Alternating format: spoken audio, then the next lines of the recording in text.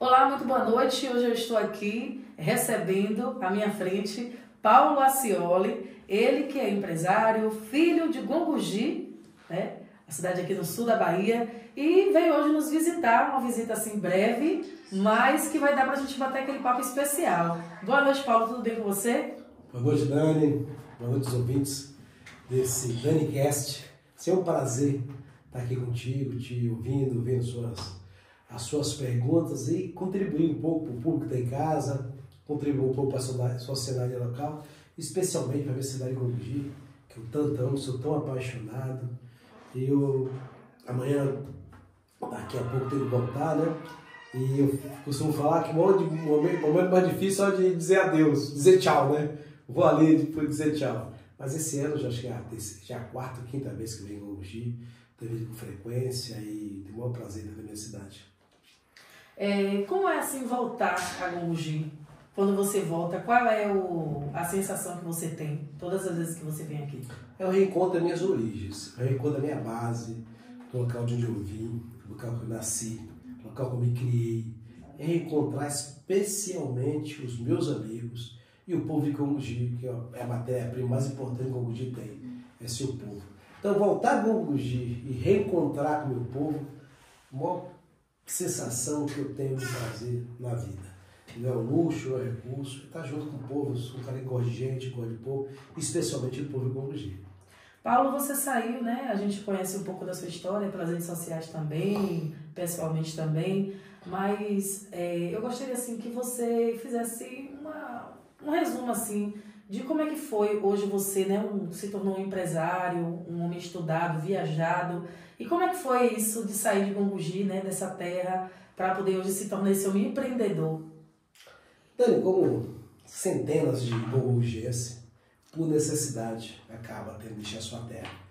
Na década de 80, na crise do cacau, né, eu era um trabalhador rural, trabalhava na roça, roçando cacau, podando cacau, colhendo cacau. Trabalhava também no pasto, cortando pasto, limpando manga. Aquele trabalho tradicional do pessoal dos anos 80, na zona rural. Meu pai era essencialmente rural, era funcionário público, mas trabalhava muito na roça para complementar a renda da família e tinha vários empreiteiros que empreitavam pessoas também para colher o cacau, bandeirar, cortar pasto, e a gente era essa mão de obra braçal. Com a crise do cacau, advindo da vassoura de bruxa, mão de obra sobrou, e aí você faz 17 anos de idade, como centenas de filhos de Gongogi, tem que deixar a sua cidade e buscar um novo horizonte, uma nova oportunidade de mercado. E na verdade nem fui eu que fui, meu pai que me levou, falou, cara, você tem que ir daqui para São Paulo, estudar, ser alguém bem sucedido na vida, porque aqui você não vai ter sucesso. E assim eu fiz. Chegando lá, meu pai também me arrumou um emprego, o primeiro emprego que meu pai arrumou foi de servente de pedreiro. Eu lembro que meu pai usou como ponto forte meu por empreiteiro da aula, falou, isso aí é acostumado da roça, serviço braçal. Pode dar serviço duro aí que é braço de ferro, que aguenta a porrada. E o cara, para me testar, estava construindo uma indústria, naquela época não tinha maquinário na indústria, era tudo braçal. E o cara me deu um alicerce para cavar, tinha 150 metros de comprimento, 1,5 metro de largura e 3 metros de profundidade. E eu comecei a cavar aquela valeta, aquela alicerce, né? Sei que depois de uns 15, 20 dias depois que eu estava cavando lá, e o empreiteiro passou, olhou lá de cima e falou assim, meu menino, põe força esse braço aí, senão você vai morrer enterrado aí dentro. Eu já não tinha mais força nos braços. 20 dias depois, então eu jogava a terra para cima e ela já voltava para cima, batendo, não tinha mais força de... Você tem muitas recordações, né, que hoje você conta com muita graça, mas que na época te fortaleceu enquanto ser humano, enquanto homem. Foi algo que você passou, mas que te fez forte e fez um homem como você é hoje, não é verdade? Sim, isso tudo nos dá resiliência, né? Mas tinha uma coisa importante, né, naquela época, apesar da vida dura e sofrida, né, porque trabalhar na construção civil hoje industrializou, né, a indústria da construção civil já é uma indústria da construção civil, naquela época era canteiro de obra, era porradão mesmo, o máximo de maquinário que tinha uma betoneira. Eu acho que na época nem betoneira tinha mais, tinha ainda, a gente fazia concreto tudo na enxada, na pá, mas eu tinha sempre um sonho, aquela palavra do meu pai, de ser bem sucedido na vida, que eu nunca esquecia. Então eu fui lá para estudar, mesmo trabalhando na construção civil, eu não parei de estudar, fazer escola particular, trabalhava no dia, eu lembro que como hoje, eu ganhava 64.900 cruzeiros, sei lá, reais na época, e eu pagava 64 mil de colégio, porque eu tinha educação como poder de transformação. Prioridade, né? Nenhum momento eu deixei de estudar. Então, o primeiro curso que eu fiz foi processamento de dados, me formei em informática, eu sou um profissional da área de informática, mas ao longo do tempo eu percebi que aquilo também não tinha muito a ver comigo, de trabalhar com números binários, ficar programando no computador, eu criar algo maior do que apenas aquilo. Eu comecei a me apaixonar por matemática, por estatística, aí fui fazer faculdade. Aí que área eu vou fazer? No primeiro momento eu queria fazer direito, meu pai sonhava ter um filho doutor, e só que para fazer direito naquela época só tinha faculdade durante o dia e eu precisava trabalhar. Então eu fui tentar fazer faculdade durante a noite, aí eu fiz administração de empresa, me formei, sou bacharel em administração de empresa, e quando eu fazia faculdade de administração de empresa, me apaixonei por marketing, que é a matéria que eu atuava, que eu gostava, e aí fui fazer pós-graduação em marketing, fiz 2 pós-graduações em marketing, fiz uma na SPE, uma na GB, e dentro da pós-graduação teve uma matéria que me chamou muita atenção, que mexia muito com o meu cérebro, minha forma de pensar de vida, que era marketing estratégico, que era pensar ao longo do tempo. Tentar entender como os negócios iam acontecer ao longo do tempo. Então, fui estudar mais estratégico. De novo, outra cadeira, que eu fiz 2 faculdades de marketing estratégico. Então, eu sou considerado um grande estrategista. Então, eu tenho hoje, obviamente, com educação, com conhecimento técnico, eu tenho o poder de adivinhar o futuro. Mas eu adivinho o futuro? Não. Eu só cruzo informação. Então, eu vejo as informações, eu entendo que vai acontecer um cenário macro, que é mundial, no cenário micro, que é nacional, com todas as variáveis que interferem, seja um negócio, uma empresa, seja um negócio público, seja um negócio privado, cruza essas variáveis e ali eu tenho uma visão do que vai acontecer ao longo do tempo. Em cima disso trabalho planejamento estratégico, que vem do sonho, planejamento, objetivo, meta, ação, controle e reavaliação. Isso é um processo constante. Então, o que eu faço nas empresas, inclusive na minha empresa? Penso ao longo do tempo, adivinho ao longo do tempo. Então, quando a minha empresa, agora em agosto, nós estamos fazendo 18 anos de empresa, bem sucedido, porque a gente consegue pensar ao longo do tempo. E uma das minhas empresas de consultoria que eu faço é pensar as empresas ao longo do tempo. É fazer com que a gente mantenha as empresas e faça elas sobreviver ao longo do tempo. Você já tentar antecipar. Para quem está começando agora, quer ser bem sucedido na vida, qual é o conselho que você dá? Primeiro é começar, é dar o primeiro passo. Você tem que dar o primeiro passo. Então eu costumo falar, quem está errando está mais certo que quem está parado. Então a primeira coisa é dar o primeiro passo, ter a primeira ação, a atitude. Tentar entender seus valores, suas aptidões, suas habilidades. A gente não consegue saber tudo, não consegue ser treinado como tudo. Então todo profissional é treinado. Tanto que eu tenho uma frase para mim que marca a minha vida e eu levo isso ao longo do meu tempo, que é: tudo é treino, treino é tudo. Então, na medida que você começa a treinar, você vai desenvolvendo a sua habilidade, vai desenvolvendo a sua aptidão e ao longo do tempo você se torna especialista. Então, isso é outra coisa para quem está começando, respeitar o tempo. Tá, eu estou começando, mas eu quero ser sucedido em quanto tempo? O grande problema que a gente está tendo até com essa nova geração, que chama geração Z, é que essa geração eles não querem esperar o tempo. Eles querem ser imediatista, né? Sucedido hoje. Então, exemplo, na internet, vê um cara com a Porsche e fala, o cara quer ter aquela Porsche. Mas para ter aquela Porsche, precisa de tempo.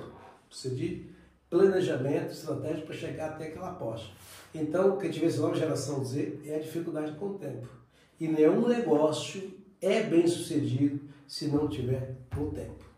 A gente tem as startups, hoje a gente tem processo de aceleração das startups, mas é no mundo de tecnologia. mesmo assim, ela só consegue ser bem-sucedida ao longo do tempo.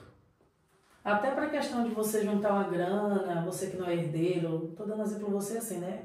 A pessoa que não é herdeiro, que não tem assim uma riqueza de berço, né? Até para juntar um dinheiro a gente tem que ter paciência, não é verdade? Tempo. Até para juntar dinheiro, aí eu comecei a trabalhar, falei, cara, eu tenho que começar a juntar dinheiro, porque eu estou trabalhando só, pagando faculdade e tal, mas preciso juntar dinheiro. Mas aí também me exigiu tempo. Pequenos objetivos. Então eu coloquei na minha vida pequenos objetivos. Você vai conquistando pequenos, você vai acumulando e vai crescendo. Meu pequeno objetivo era comprar uma bicicleta. Quanto custa uma bicicleta hoje? 500, 600 reais, R$1.000. A minha condição social era tão ínfima, tão pequena, que eu demorei quase 2 anos para guardar dinheiro para comprar uma bicicleta. Mas eu tinha um objetivo. Conquistou. Eu conquistei ao longo do tempo comprar uma bicicleta. Quando eu ganhei a grana de comprar uma bicicleta, eu falei, opa, já consegui a bicicleta. Agora eu quero um carro.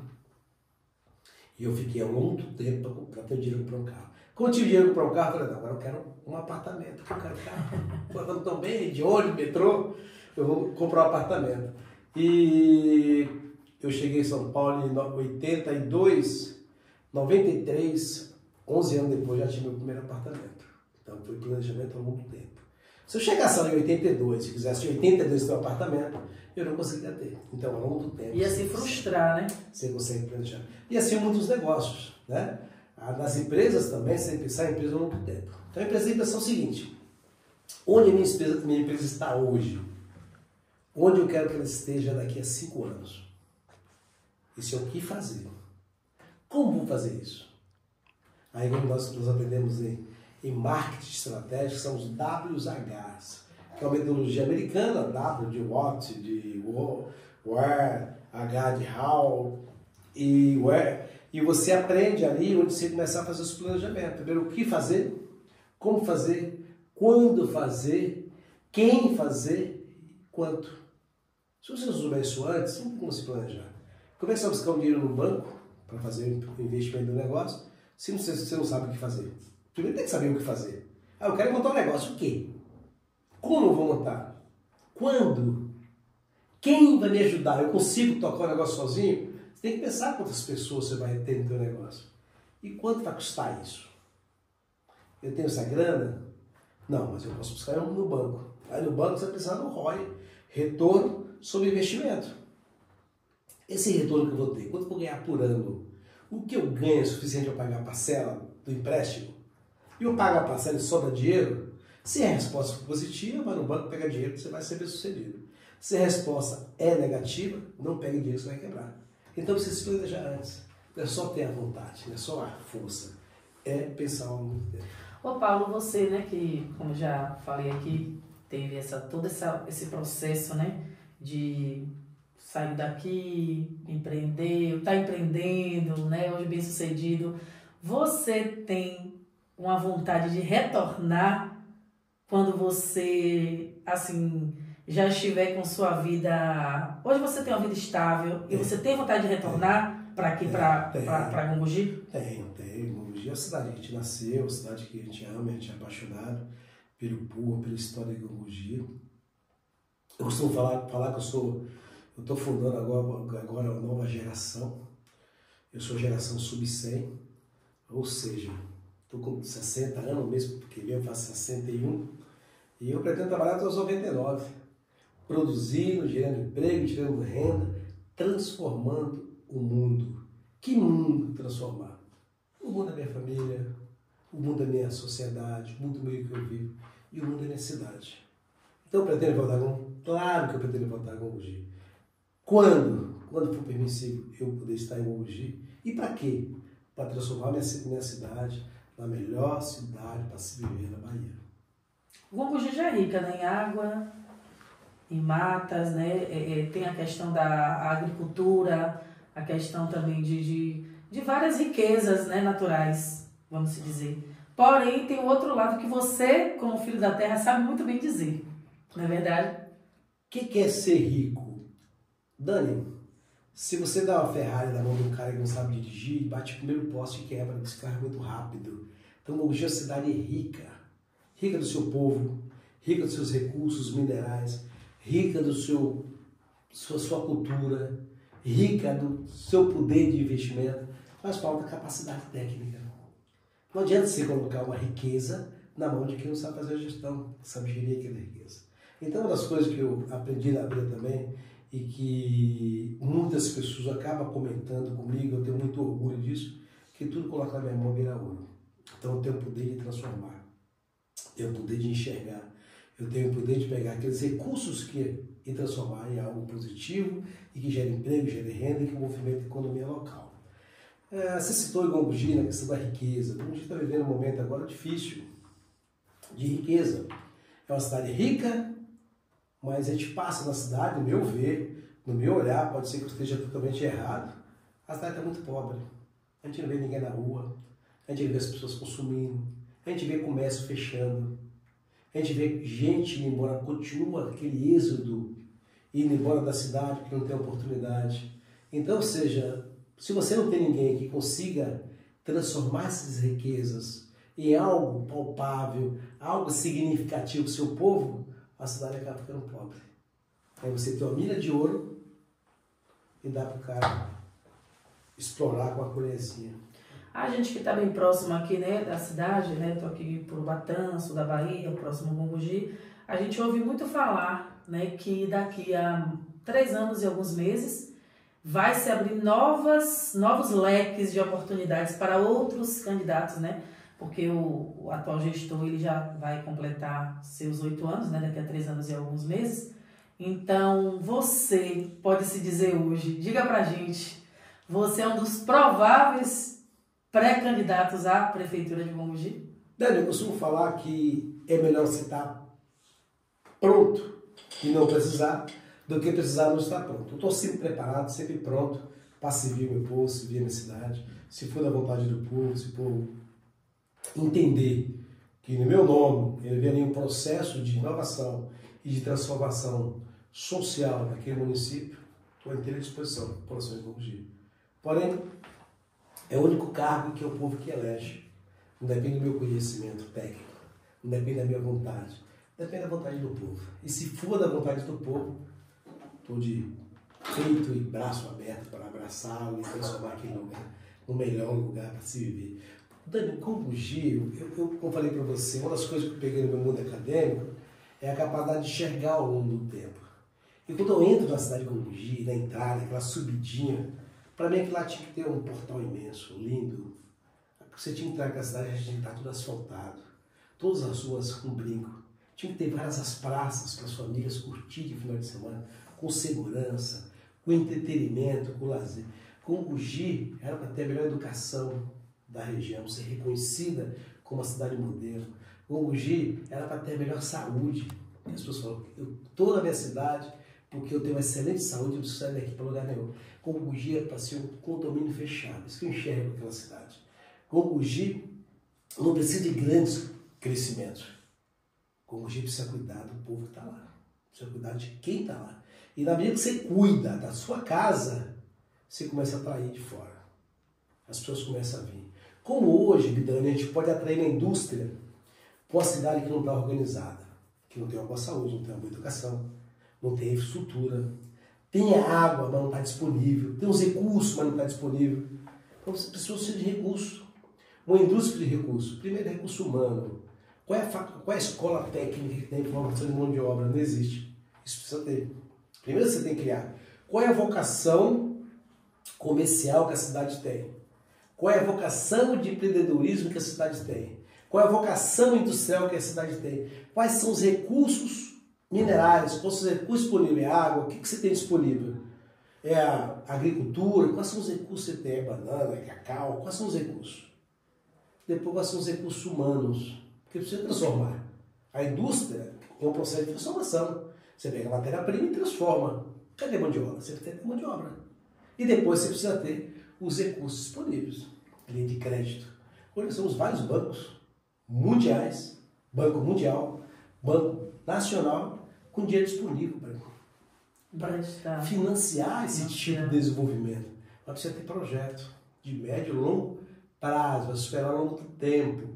Se não tiver ninguém com essa capacidade de transformação, de pegar tudo isso e transformar em algo palpável, fica lá um monte de recursos sendo desperdiçado. Então, respondendo a tua pergunta, a minha sensação que eu tenho quando eu chego à minha cidade, pode ser que podia ser um condomínio fechado. Todo mundo ia querer morar aqui. Inclusive as pessoas que foram embora.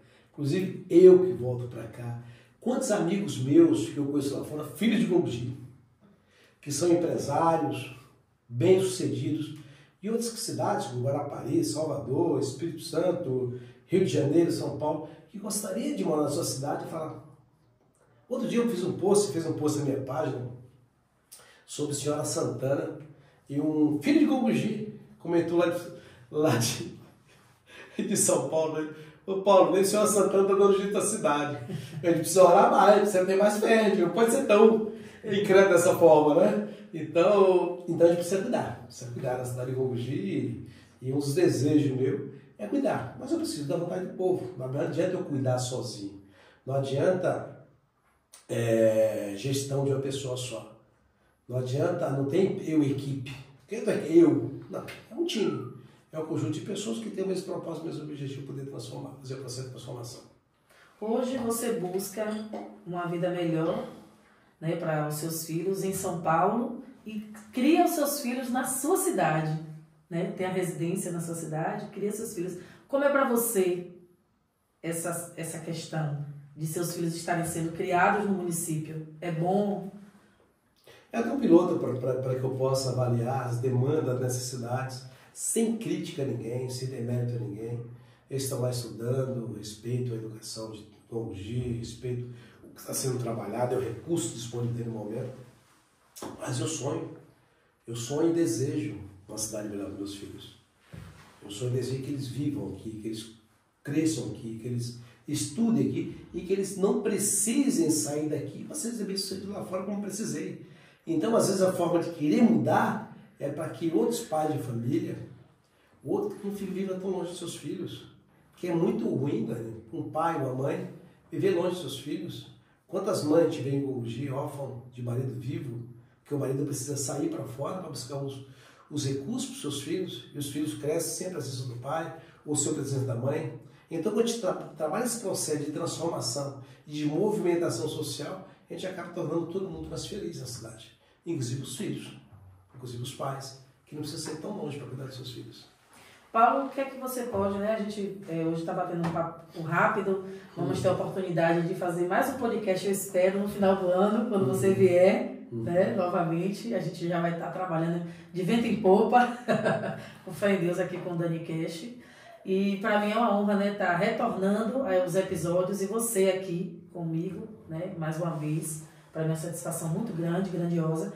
E eu gostaria que você finalizasse, eu quero te fazer duas perguntas. Uma é, você ainda tem se capacitado, estudado e trabalhado para avançar ainda mais do que você avançou? E você já conquistou tudo o que você gostaria de conquistar na vida?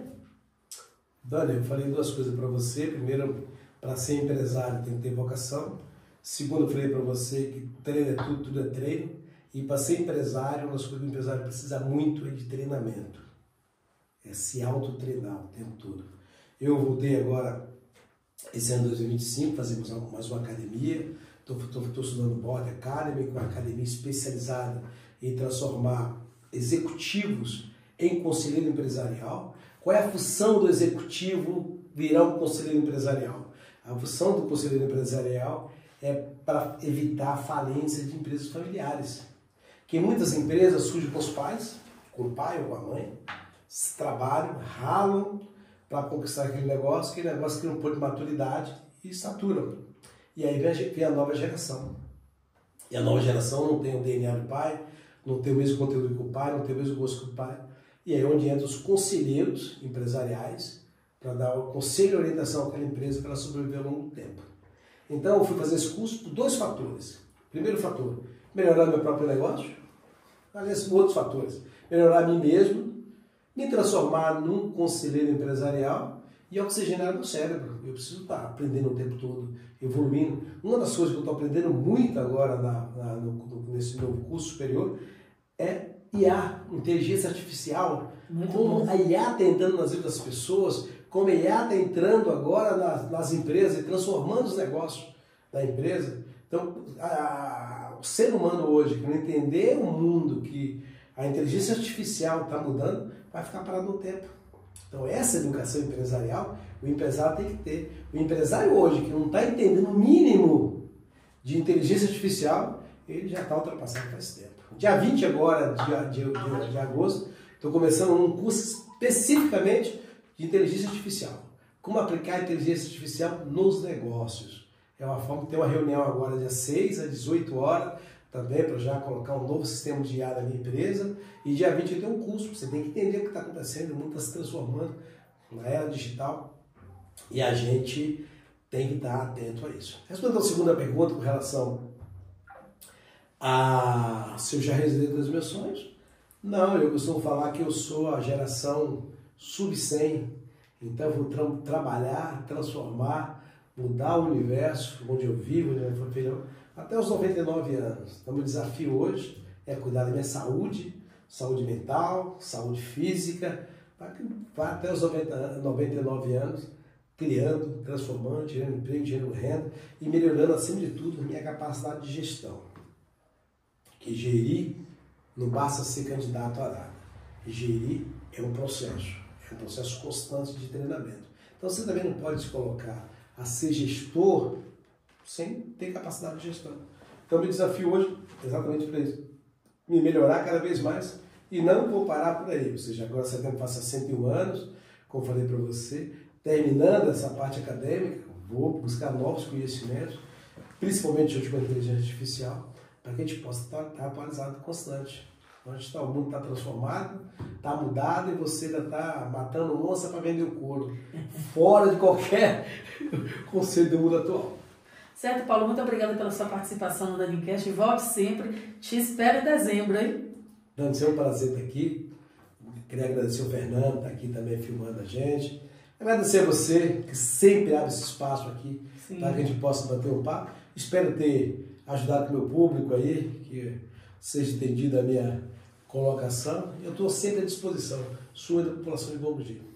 Ok. Gente, até o próximo episódio. Tchau, tchau.